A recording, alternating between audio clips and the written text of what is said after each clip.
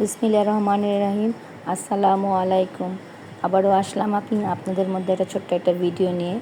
এই তো আমি আর আমার ছোটো ছেলে মিলে যাচ্ছি একটু ডাক্তারের কাছে, কারণ শরীরটা ভালো না, তাই অনেক দিন ধরে ভিডিও দিতে পারতেছি না। প্রচণ্ড মাথা ব্যথা, প্রেশার, তার জন্য একটু চোখের ডাক্তারের কাছে গেলাম।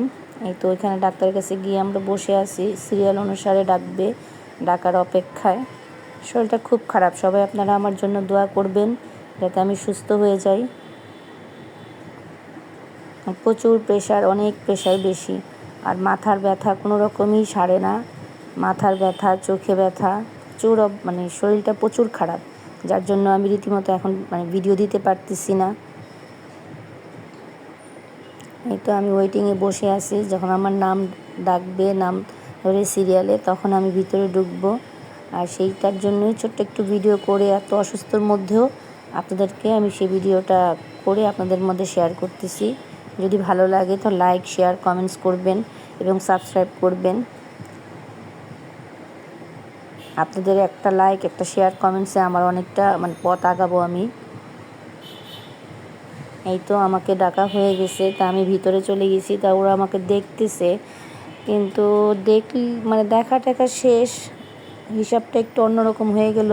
মনে করলাম হয়তো চোখের ইটার জন্যই আমার মাথা ব্যথা, কিন্তু এখন ওরা বলতেছে যে না, আমার শারীরিক অবস্থা ভালো না, আমার সমস্যা অন্যদিকে হয়ে গেছে।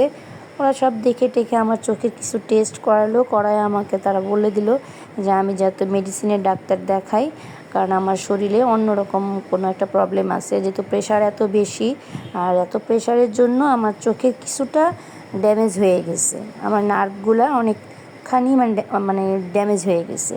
তাই সবাই দোয়া করবেন যাতে আমি একটু সুস্থ হয়ে যাই। তাই চেষ্টায় আছি এখন। দেখি একটু সুস্থ হইলে আবার মেডিসিনের ডাক্তারের কাছে যাব, গিয়ে দেখাবো, সমস্ত টেস্ট করবো। এই তো ডাক্তার দেখানো শেষ, বাসায় চলে আসলাম। আপনাদেরকে আবারও বলতেছি আপনারা আমার জন্য দোয়া করবেন। খোদা হাফেজ।